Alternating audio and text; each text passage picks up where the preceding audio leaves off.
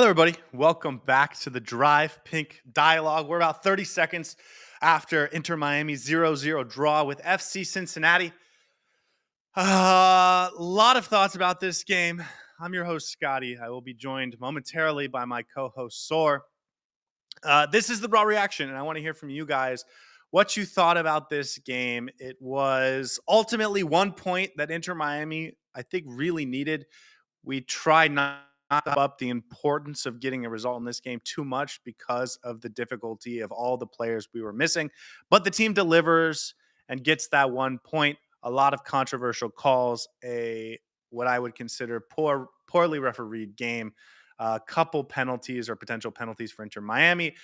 Goal knocked off because of a unconventional foul in the dying moments. An interesting game. Inter Miami without Messi, without Jordi Alba, without Maxi Falcone, without Ian Frey or Ustadi, or a handful of other players, was able to get a 1 point result against Cincinnati at home. The weather, I think, played a huge factor. But ultimately, I think there's a lot to discuss in this game, and I want to start with you guys. So get your thoughts in the chat, and we will get through all of them in this episode as we welcome Saur into the conversation. What were your thoughts tonight? Pleasantly surprised by how well Inter Miami actually played in the final third. Fell asleep in the first 20 minutes of the second half because it was just so boring and the quality was just terrible. And the last 10 minutes, the referee decided to take over and make something exciting out of this game. Almost. And Saur cuts out. Hopefully, join us back in a second. Um, as he's working on that, I will get to some of the chats. Miami King says, wild game. Good job, boys. I think this is maybe the biggest takeaway. Inter Miami needed to get a result tonight. A couple other results, I think, went their way. 3 points would have been huge, but 3 points lost, or 3 points for Cincinnati, I think may have been the death knell for Inter Miami's chances of the Supporters' Shield this season. And that would have been bad to lose the Supporters' Shield this early. Getting the draw, especially under the conditions, especially considering you don't have your stars, I think this is absolutely a good result for Inter Miami. There were moments where it felt like they could win the game, and so if you're disappointed they didn't make those happen, certainly understand that. But on the other hand, you could have seen this game gone really ugly if Cincinnati had played the way they played 10 days ago. So I think this is a good result. Saur, now that we got you back, what do you got for us? Sorry, I don't know what happened there. I think my internet just quit on me. I don't know where I got cut off, but I was saying I think pleasant surprised by the performance in the final third, especially. I think there's a lot to talk about in terms of how the setup was and how fluid the front three looked. I thought Fafa was very good, barring anything to do in front of goal, because he obviously doesn't have his shooting boots on. I think he needs a little bit more practice in front of goal, but I thought he brought a lot of quality to the final third. Suarez, for me, probably the man of the match. I told you in that pre-game show that he is going to have a big game because he knew the responsibility was on his shoulders. I really liked how Javi Mascherano used him in that Messi role. And overall, I thought it was a very positive result for Inter Miami. We could have actually won that game, completely nullified whatever Cincinnati had to throw at us. Lord Lujan was with a goal line clearance as well. We got to see a bit of Yannick Bright, but as I was saying, I had my heart in my mouth at the end because I thought Yannick Bright had scored, and it only went to a corner. Somebody needs to do something about the corner routine, and whoever the corner coach is needs to be fired because I don't know why they keep passing back in corners. Just put the ball in, especially in the 90th minute. But the talking point was the referee. Completely changed the game. It was just unfair how the referee took over the game towards the end for both Miami and Cincinnati. But the half was very boring, dare I say, lacked a lot of quality, especially towards the end where I thought everyone was just tired. Chelo Wigan looked like somebody shot him in the leg and he couldn't run because Yannick Bright passed him the ball and he just saw it literally roll past him. Evander looked completely shot. Orejano had nothing much to do. So that's my summary of the game. And then huge shout out to Benjamin Kramaski for in a shift at left back and showing us that we now have a third choice left back in this team in case Alba and Noah Allen are unavailable. But I'll stop there.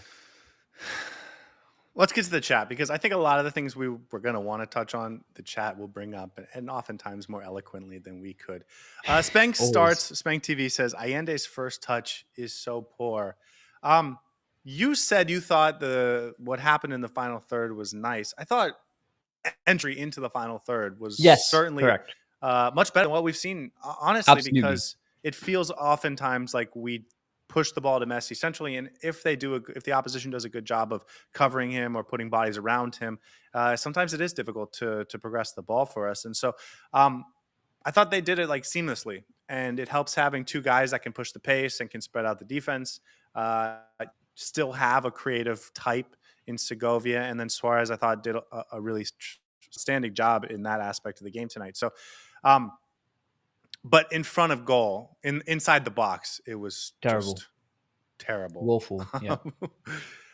No, I agree. It was very dynamic.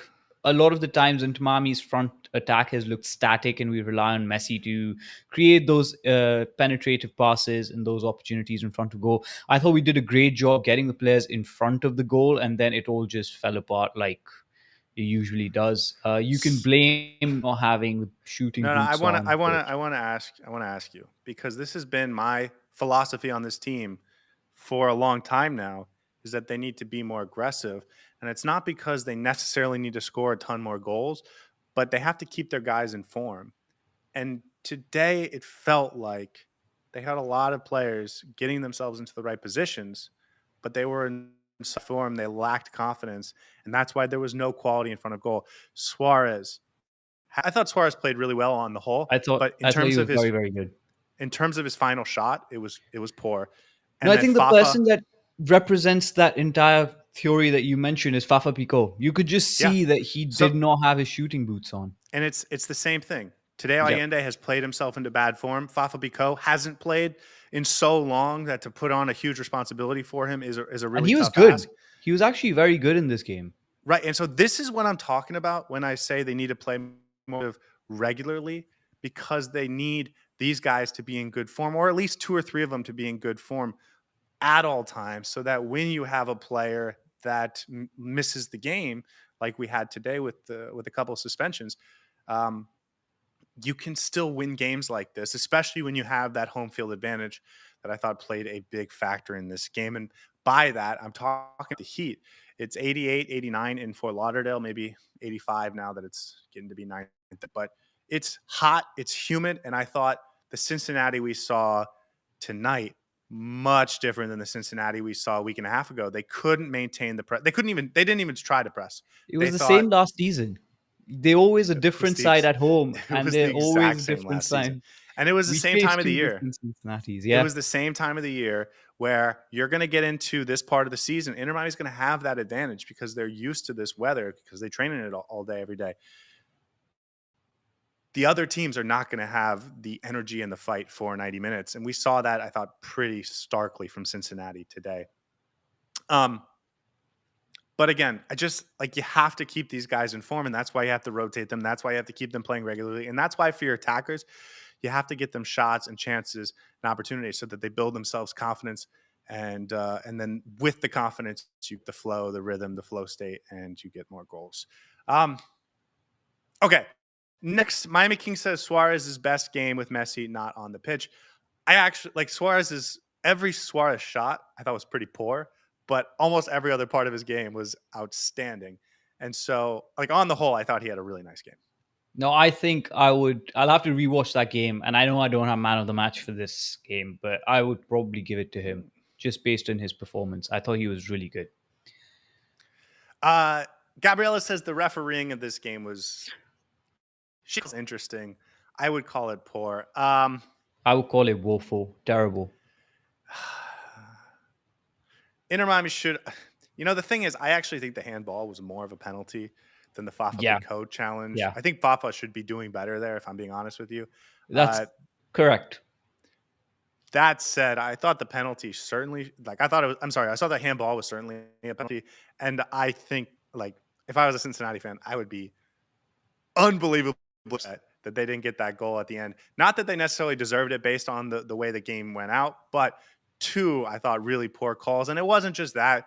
There were some early yellow cards. Yeah, so I thought it was unnecessary. I thought it was a little one-sided in terms of the yellow cards. I'll have to go look at the stats, but I think Inter Miami got like 5.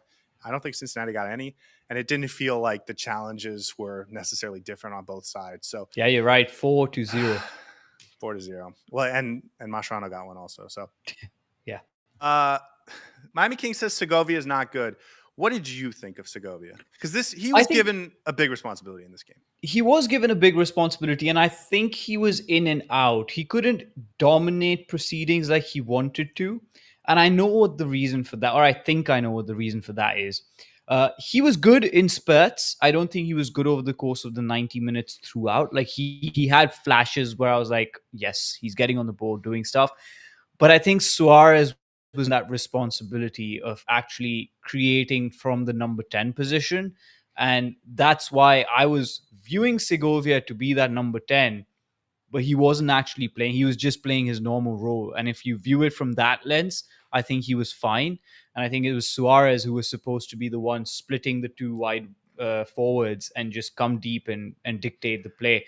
And if you watch it in that uh, lens, I think Segovia was fine. I thought he had a decent game. I think you're right, and I am interested in thinking about it that way when we get to the rewatch because it felt like Suarez was like, I'm going to be that sort of false nine type striker, Yeah. and I will get into the box when there's opportunities. But really, I want to be a creator in this game, and I've got two guys running on either side of me. And then Segovia did. It felt like he played much more of his normal role, maybe a little bit more centrally, but Mm-hmm. not a tremendous amount. Uh, Pepto says everyone wrote an apology letter to Lujan. This was his best game in Inter Miami. Eh. I thought he had 3 really good moments, and otherwise was like meh. Like was otherwise actually I thought he had some just annoying moments, but he had 3 really big moments. He had one in the first half where he takes on an attacker 1-on-1, makes the play. There was a second one. I think it was early in the second half, but it might have been late. And then obviously the goal line clearance. For all of the things I've said about Lujan, I'm absolutely going to give him credit for this performance. And if he performed like this on a regular basis, I wouldn't have much complaints about Gonzalo Lujan. So I thought he might just win an award tomorrow based on his performance today. I will say, I don't want to bring it up. I'll bring it up because why not? There was one moment where he got turned completely inside out by Valenzuela. I was like, There here was we go there, again. there was And I like was very 3. surprised. There I'll was be like honest, 3 if that moments. didn't happen, if we weren't playing in Miami, he would have been absolutely run over. But hey, he got the clean sheet, which is more than what a lot of defenders have done for this Inter Miami team. So credit where credit's due. I'm just starting to remember some of the first half moments, and maybe I Yeah, should just move on from Lujan. Miami King says Bright should be subbed in earlier. Dude, absolutely. it's not a shot at Redondo. I thought Redondo played fine in this game, but when Bright comes on, you just see the ball. The ball just comes to him, and it's uncanny. I don't understand it necessarily, but it just always does. He's always in the right position, and it's like you want that on the field all the time. So at the 80th minute mark, I got up to get myself a glass of water, and I just heard the commentary say, "Oh, and Bright's there to win it back." And like 2 seconds later, and like, "Oh, there's Yannick Bright to win the ball back." And I was like, "Yeah, here we go." I don't know if you heard this, but there's a moment where Taylor Twellman's like, you don't usually see Evander lose the ball that easily. And it was because Yannick Bright just took it from him. Yeah, Nick Smith says Fafa ruined several chances. Come on, man. Fafa didn't have a good game. I thought his skill set was there, but I think he needed a goal to come away thinking he had a good game. He had enough I chances would for it. I would argue that I think he had a good game, and it would have been a brilliant game if he had scored a goal. He was getting in positions, and he was doing a lot of good stuff that we haven't seen our front line do in a while. So I do want to give him credit. And I think I'm going to give Fafa a pass on this just because he's barely played it, and now he's being asked to play a full 90-minute game. That's not Fair. how you rotate your players.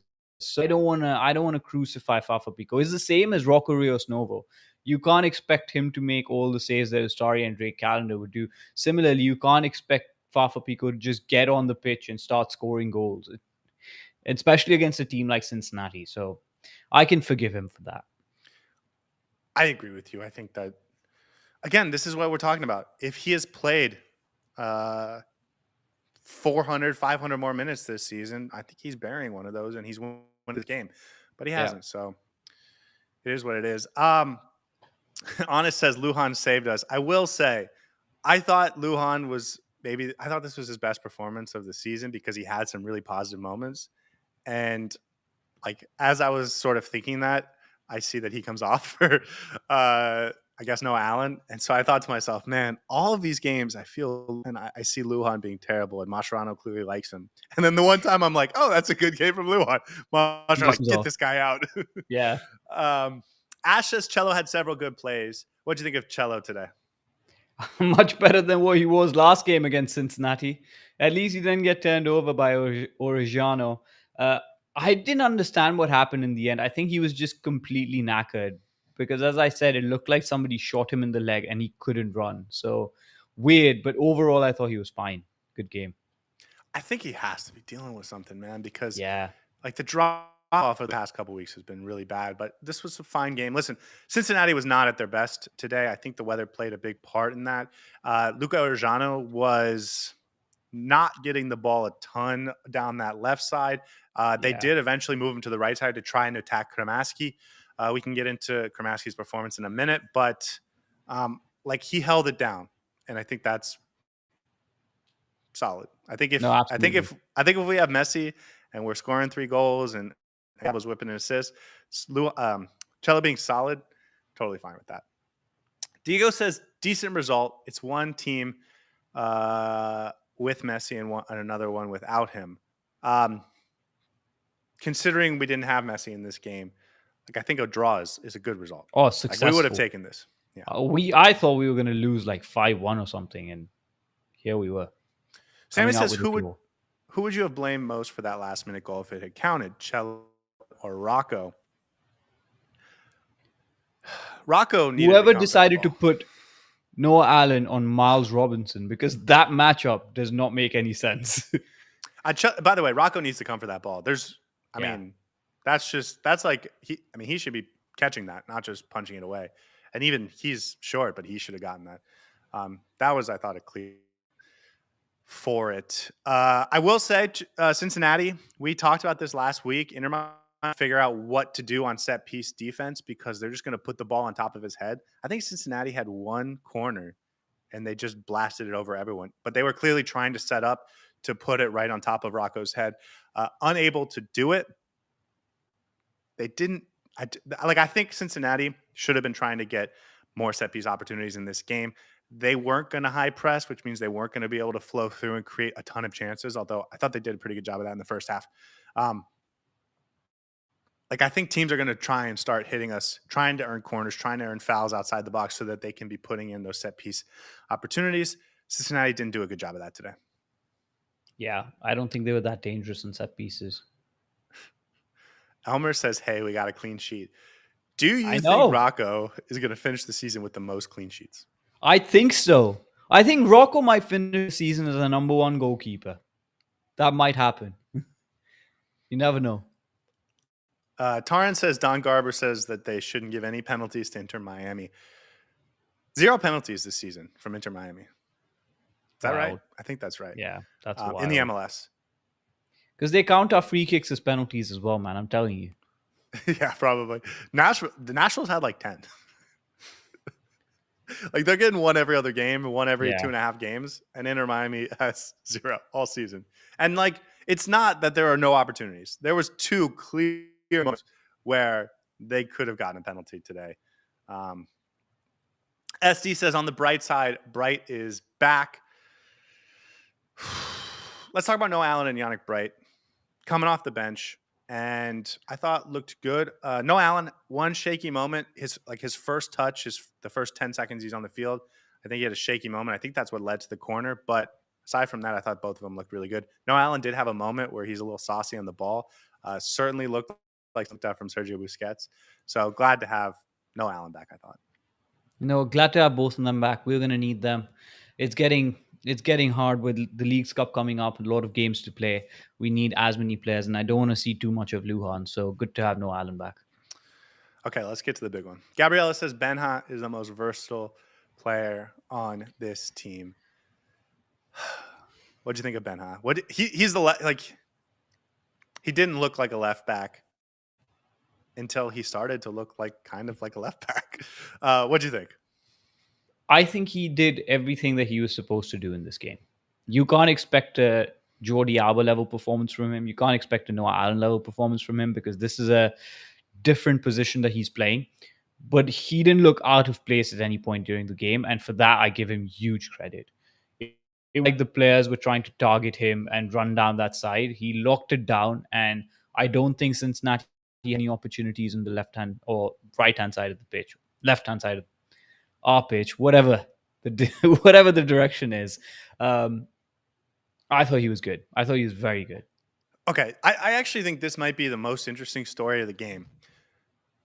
They came out and were trying to progress the ball through Benha.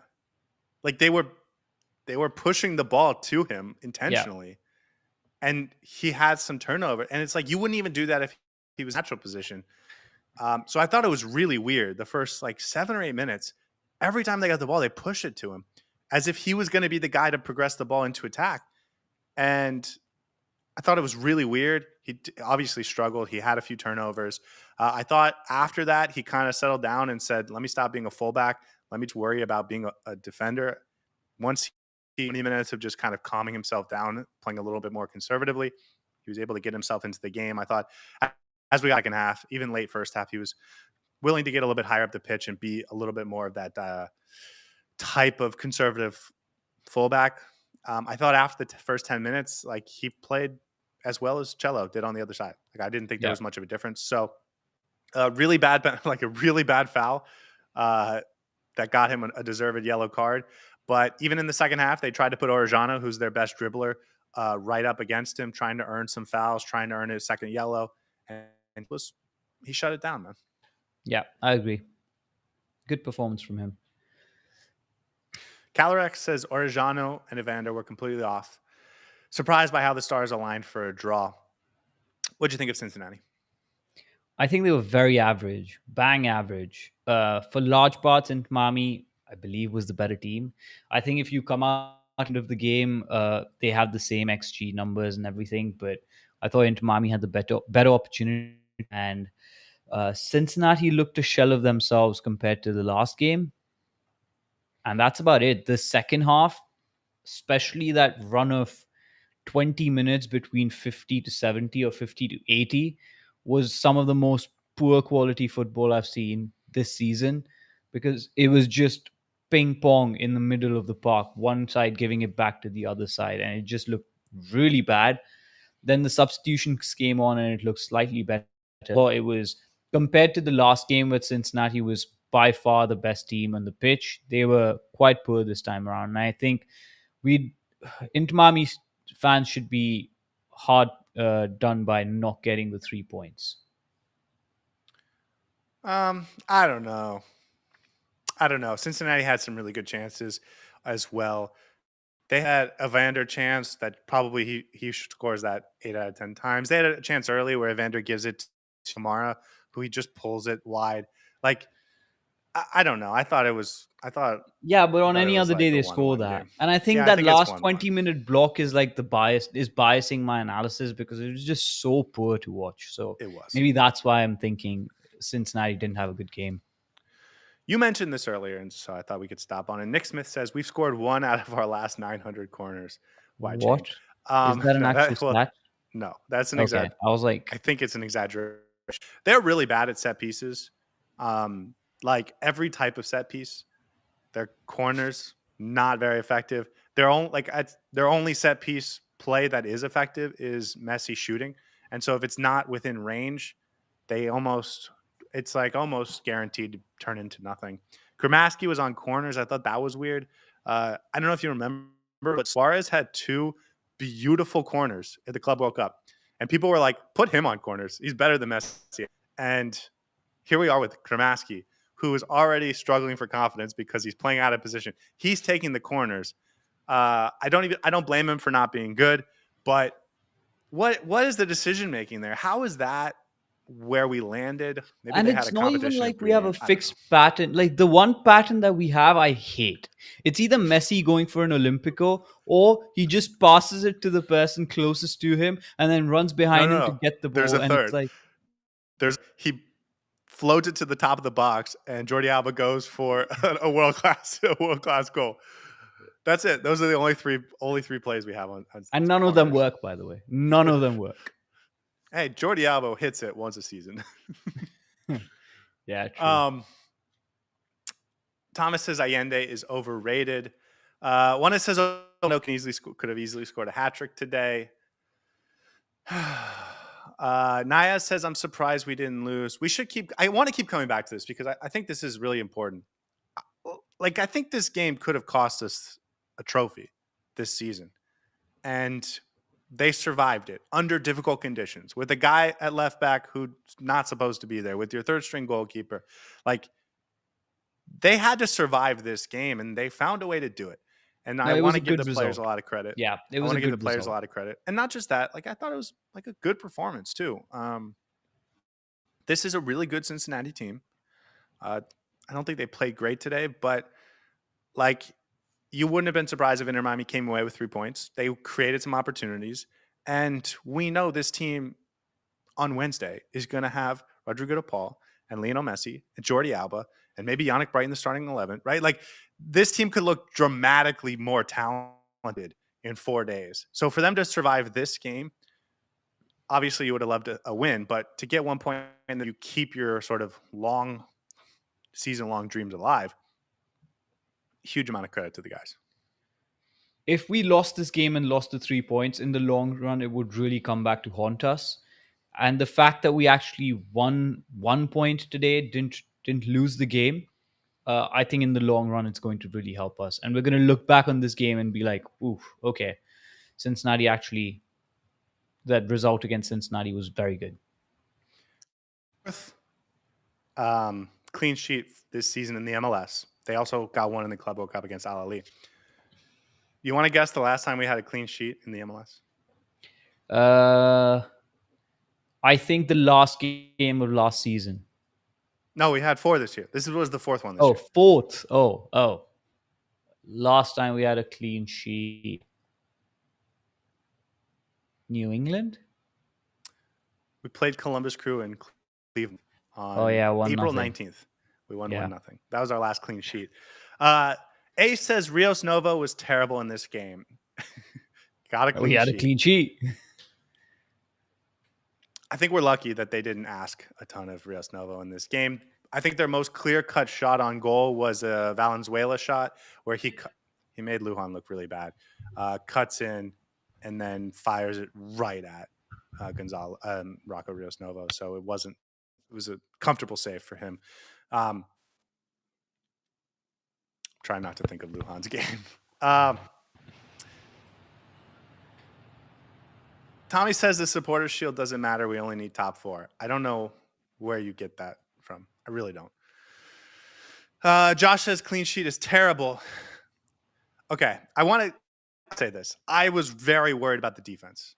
I thought it was both makeshift and a lot of backups, and they do get a clean sheet against a really good team. So maybe we are being too harsh. Maybe they deserve a lot more credit than we're giving them. What else is on your mind for this game as I sort of ponder through the chat? No, overwhelmingly positive, because I feel like agree. this is a game that we went into very skeptical. I did not think we could actually put on a performance, and I thought for large parts Inter Miami looked the better team. Yes, you're right. Cincinnati had a couple of chances, could have buried them, and the game would have been dramatic. But Inter Miami also had their opportunities, and we didn't look like we came in to play cagey football. We were pressing high. We were making sure to close down the spaces. We were winning the ball in dangerous areas, progressing the ball really well up until the final third, and then fluffing our lines when we needed to score a goal. But at least we went for it, and it wasn't a defensive performance where Inter Miami looked very conservative, and a lot of positives to take from it. I think this was a step in the right direction, especially after that game against New York Red Bulls. So yeah, largely positive for me. Connor Rive says Messi has more suspensions than penalties taken There this you year. go. That's a funny one. Oh my god. Uh,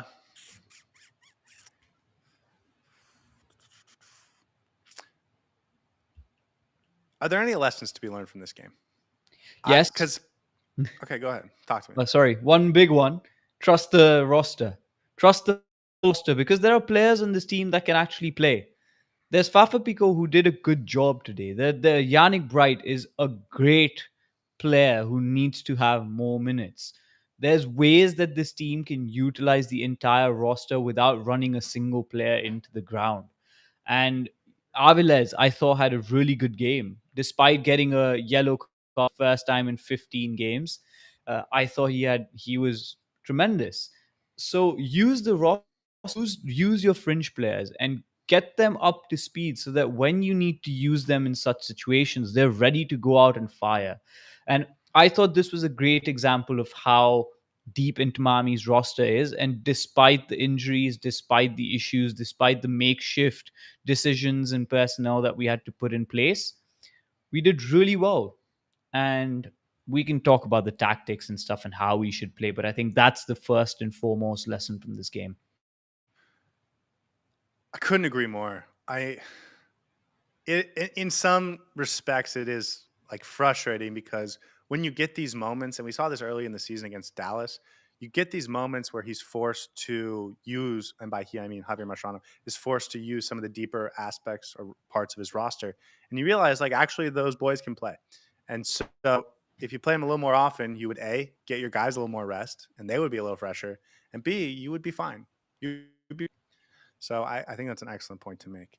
Jeffrey says Toto played like the player we all hoped he would be. Um, I think at this moment, he might be my man of the match. I thought Toto was awesome in this Yeah, game. I thought he was very, very good.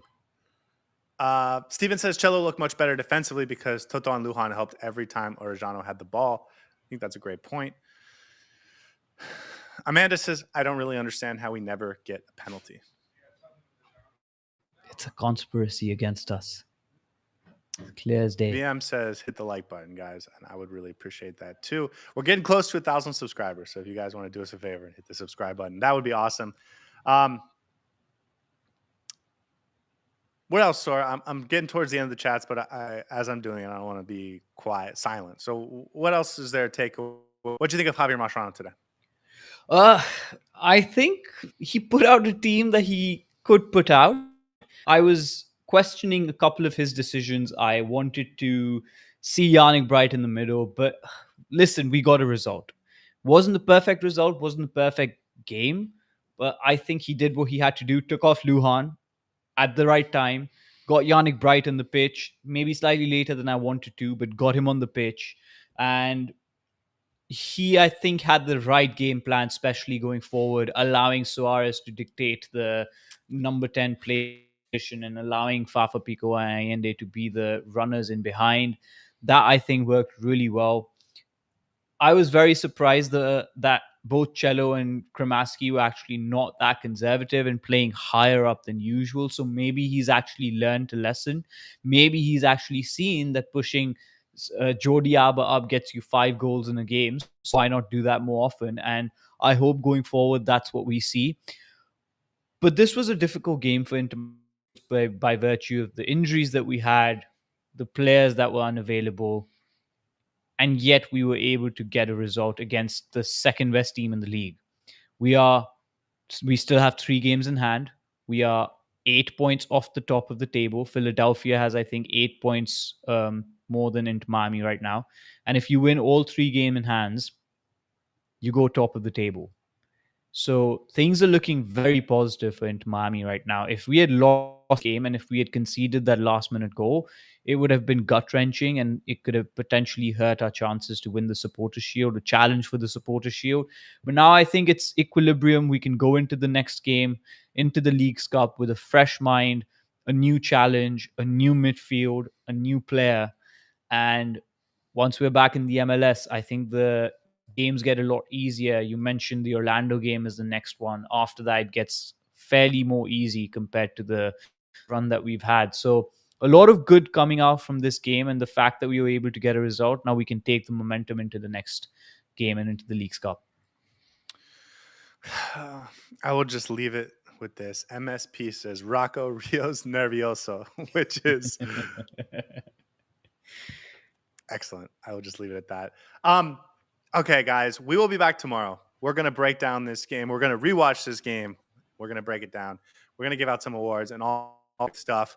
The next time this team plays, which will be Wednesday night, they're playing Atlas in the first game of phase 1 of the Leagues Cup. It's going to be a very different team. It's going to be Rodrigo de Paul. It's going to be Lionel Messi. It's going to be Jordi Alba. Which means, Saur, we're now in trophy time. And that's cool. Guys, we'll be back tomorrow. I hope you have a lovely night. I think this is a very good result given the circumstances. I think I'm going to be happy with it. I think it keeps the dreams alive. And I think that's all you can ask for when you're put into this circumstance. And so Inter Miami did a great job of getting that. We will be back tomorrow. We'll break it down in a little more detail, all that good stuff. But until then, have a lovely night. See you tomorrow. Hey everybody, thanks for tuning in. Do us a favor and hit that like and subscribe button. Since our first viewer, sharing this with you all has been the very best part. So from the beginning until the end, thank you for being a part of this and have a wonderful day.